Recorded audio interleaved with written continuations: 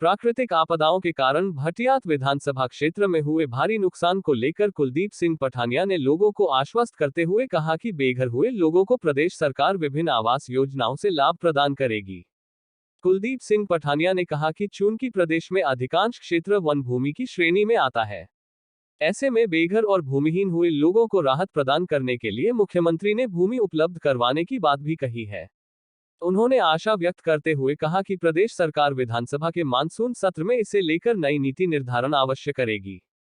विधानसभा अध्यक्ष कुलदीप सिंह पठानिया ने ग्राम पंचायत तारागढ़ के भड़ेला गांव, ग्राम पंचायत चलामा के कमलाई गांव, मगनूह गांव, लधेया कस्बा ककीरा का प्रवास कर आपदा से प्रभावित 7 परिवारों को आर्थिक सहायता के रूप में 9,40,000 राशि के स्वीकृति पत्र प्रदान किए।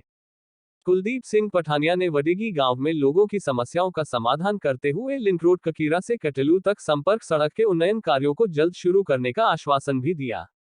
उन्होंने कहा कि इस संपर्क सड़क के उन्नयन कार्यों पर 8 करोड़ की राशि व्यय होगी तथा इसे 1 साल की समय सीमा के भीतर पूरा किया जाएगा। साथ में उन्होंने ये भी कहा कि जल्द ककीरा कटलू संपर्क सड़क को विस्तार देकर कटोरी बंगला के पास राष्ट्रीय उच्च मार्ग 154A के साथ जोड़ा जाएगा। एसडीएम डलहौजी अनिल भारद्वाज,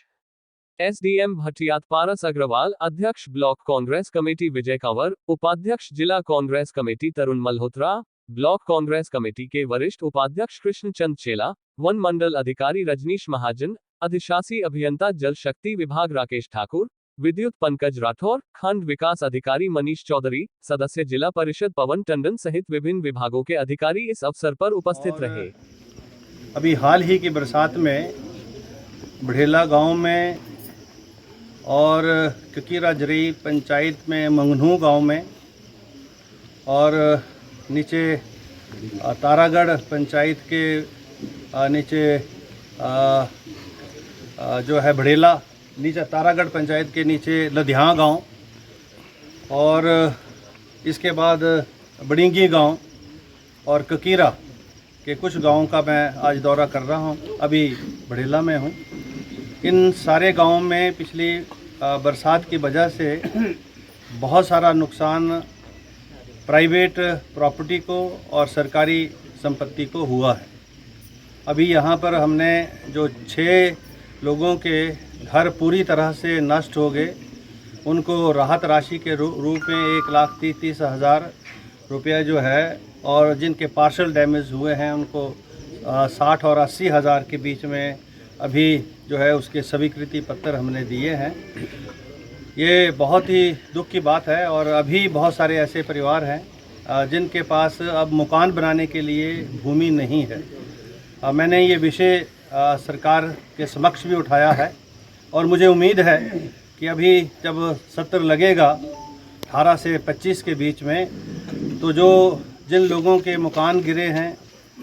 काऊ शेड गिरे हैं और जिनके पास अब रहने के लिए ज़मीन नहीं है,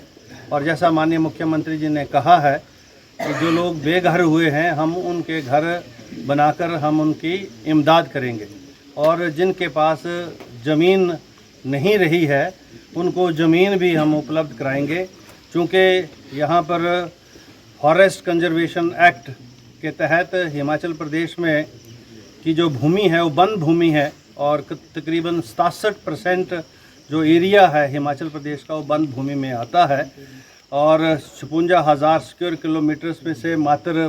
25 और 30,000 स्क्वायर किलोमीटर एरिया प्राइवेट भूमि है, बाकी सारा जंगल है। तो इस परिस्थिति में किस प्रकार से उस कानून के साथ एक नया कानून बनाकर स्थानीय जो हमारे हिमाचल के निवासी हैं, हमारे इस चुनाव क्षेत्र के या अन्य ज़िलों के निवासी हैं, उनकी इमदाद हो, इसके लिए सरकार जो है बहुत संवेदनशीलता से काम कर रही है। और मुझे उम्मीद है कि बजट सत्र में इसके लिए एक नया नियम और नया कानून आएगा, जिसके माध्यम से हम सभी हिमाचल वासियों की और अपने चुनाव क्षेत्र के सभी जो हमारे यहाँ के साथी हैं जिनके मकान क्षतिग्रस्त हुए हैं, जो मकान उनके ज़मीन रहने के लिए नहीं है, उनकी उसकी व्यवस्था हम कर पाएंगे। धन्यवाद।